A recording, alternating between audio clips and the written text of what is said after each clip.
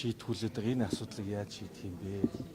Энэ асуудлын гол шийдэл нь бид нар одоо хуулийн шинжилэл бид нар хэрэгтэй байгаа. Энэ дээр бол хоёр хуулийн асуудал яригдана. Нэгдүгээр донорын тухай хуулийн шинжилсэн найруулгын асуудал. Энийг өнгөрсөн парламентын хугацаанд Чимдүрэн гишүүн өргөн бариад одоо хэлэлцүүлэгж батлагдаж амжаагүй учраас дахиж шинжилсэн найруулгыг Чимдүрэн гишүүний хувьд барьж байгаа гэж ойлгож байгаа.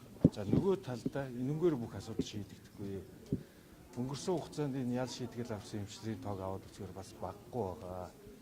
Тэгэхээр энийг бид нэр гол шийдэх асуудал эмч эмнэлгийн мэргэжлийн эрх зүйн байдлын тухай хууль гэдэг зүйлийг бид нар өргөн барихаар одоо өнгөрсөн хугацаанд одоо энэ сайд дээр томилогдсноос хойш 9 сараас хойш энэ хуулийн дээр ажиллаж байна.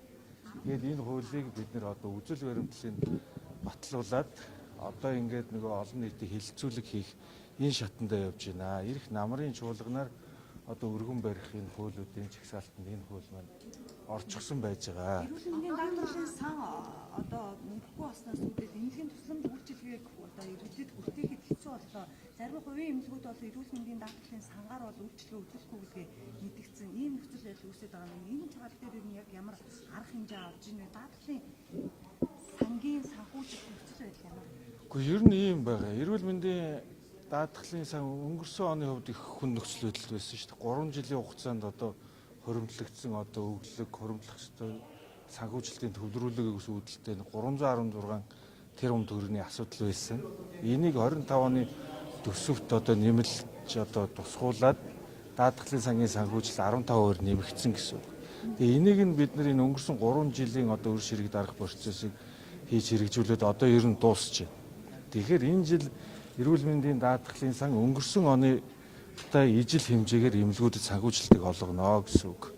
Ингээд бид нар дахиад оны төгсгөл болохоор одоо эмнэлгийн тусламж үйлчлэгээ тасалддаг энэ хүнд нөхцөл байдлаас орохын тулд яг эмнэлгүүдэд тодорхой хэдэн төгрөгийн тусламж үйлчлэгээ үзүүлэхийн сардаа хэдэн төгрөгийн тусламж үйлчлэгээг санхүүжүүлэх боломжтой юм бэ гэдэг энэ гэрээгээ хийх шатандаа явж байгаа даатгалын ерхий газар. Улсын болон хувийн эмнэлгүүдэд за одоо энэ жил танай эмнэлгийн эрүүл мэндийн даатгалаас хэдэн төгрөгөөр санхүүжүүлэхээр байна шүү. Энийг та зөвшөөрж гин үү гэдэг ингээ хилцлээ хийдэг. Хууль ёсных нь асуудал, хууль номынхаа дагуу явж байгаа эхний шатны хилцүүлэх асуудлууд маань явж байгаа. Даатгалын сангийн мөнгө бол угаасаа эмнэлгийн тусламж үйлчлэгийг ямар нэгэн хязгааргүйгээр санхүүжүүлэхэд хаанаач хүрэхгүй. Одоо бусад улс орны хувьд жишгийг аваад үзэхээр дотоодын нийт бүтээгдэхүүний дор хаяж 6% байж асуудал ер нь санхүүгийн асуудал шийдэгдэх төвшөндөө очдог гэж үздэг бол манай улсын хувьд одоо энэ жилийнх нь дөнгөж 3% таа байгаа байхгүй. Тэгэхээр цаашдаа энийг жил болгон үе шаттайгаар нэмэгдүүлэх ёстой. Богино хугацаанд яаж энэ дотоодын нийт бүтээгдэхүүний 6%-ийг эрүүл мэндийн салбарын санхүүжилт одоо зарцуулдаг болох вэ гэдэг энэ бодлого маань чухал байгаа. Хүртэл ер нь бол одоо гацаад байгаа юм байна гэж ойлгосон. Хизээ хилцээрээ хийж дуусаад иргэд одоо хэвийн үйлчлэгээ авч эхэлдэг болох юм уу? Хилцээ хийж дуустал тусламж үйлчлэгийг зогсоож байгаа асуудал ерөөсөй байхгүй. Эмнэлгүүд харин үйлчлэгээ үзүүлэх. Одоо эмнэлгүүд маань ийм хэмжээний санхүүжилтийн гэрээ ихж байна гэдэг одоо эхний хэлцлийнхаа дүнг сонсчоод зогсоохгүй болохгүй юм байна гэдэг ийм арга хэмжээ авж байгаа зарим нэгэн газрууд байгаа. Жишээл эрүүл мэндийн даатгалын сангаас татаас аваад иргэдэд үйлчлэгээ үзүүлдэг. Өөрөөр хэлбэл хичнээн эмнэлэг болгоос одоо хэдэн энэ санхүүжилттэй холбоотой үйлчлэгээ үзүүлж чадахгүй асуулт байгаа. Эрүүл мэндийн даатгалын сангаас санхүүжилт өнгөрсөн жил авсан 200 гаруй хувийн хвшлийн эмнэлэг байгаа шүү. Тэднэртэй ямар нэгэн байдлаар энэ жил даатгалаас нэг төгрөг өгөхгүй гэсэн тийм санал тавьсан юм огтоосоо байхгүй. Цөөрсөн юм уу зүгээр? Тоон цөөрөг байна. Гэрээнийхээ дагуу ажиллана. Энэ жил хэдэн төгрөгөөр санхүүжүүлэх үү яах уу гэдэг хэлцлийнхаа шатанд явж байна. Энэ чинь сонсуулах тал дээр та ажиллаж байна. Танай яг зүйлс ямар арга хэмжээ авч байна? Биеийн байдал ямар байгаа? Та ярьсан юм уу? Эмийн лаборатори дээр одоо өнгөрсний эмийн сансгалын үеэр эмийн лаборатори нэмзээ болсон байна гэдэг асуудал ярьж байна. Тэр асуу эмийн лаборатори бүхэн ажил чинь бүрэн гишүүн эмийн лаборатори ажиллаад манайх тэр хүүхдийн эмнэлгийн одоо эмийн орсон хүүхдийн шинжилж чадахгүй өнгөрсөн жил яг ийм нөхцөл байдлаас энэ байдал дээрдэг байна гэсэн. Тэг манайд шинжилж чадахгүй маш олон төрлийн шинжилгээнүүд байгаа. Энийг бид нэр зүгээр ганц нэг тоног төхөөрөмж авч тавиад шийдэх юм бол дахиад өрөөсгөл асуудал болно. Тийм учраас олон улсын стандартын шаардлага норм дүрмийг хангасан тийм лабораторитой болёо гэсэн ийм бодлого барьж байгаа.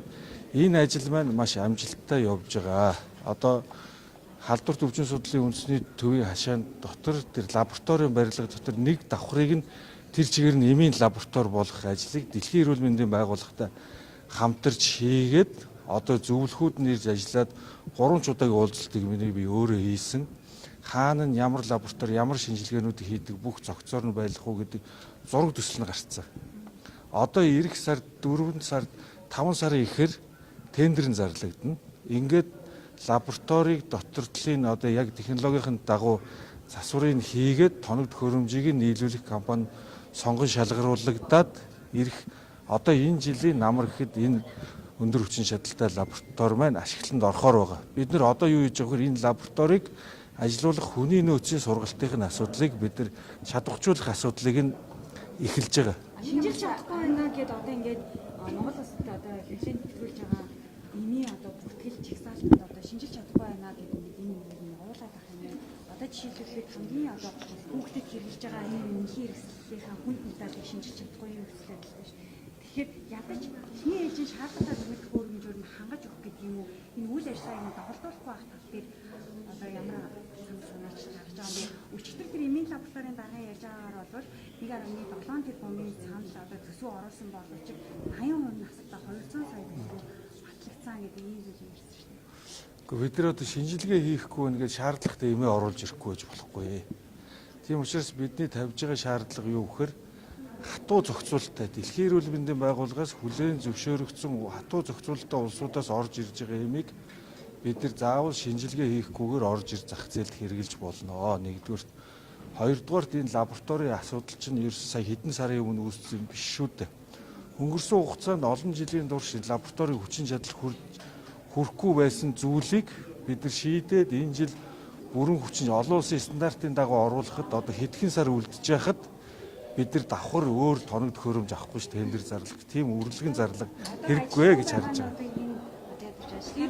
Ажиллахгүй байгаануудын ажилд оруулах арга хэмжээнүүдийг бүгдийг цаг тухайд нь аваа явуулж байгаа. Хариуцлагын цаана эрүүл газраар ямар ч гаргаж ирэх болсон юм уу? Эмчнэрийн баярын тэмдэглэлтэй холбоотойгоо. Өгөө тэр нэг одоо бид нар чинь эмчнэрийг нэг баяраа тэмдэглэхгүй гэдэг тушаа шийдвэр гаргахгүй шүү дээ. Эрүүл мэндийн байгууллагын удирдлагуудад одоо чиглэл өгсөн тушаал гарсан.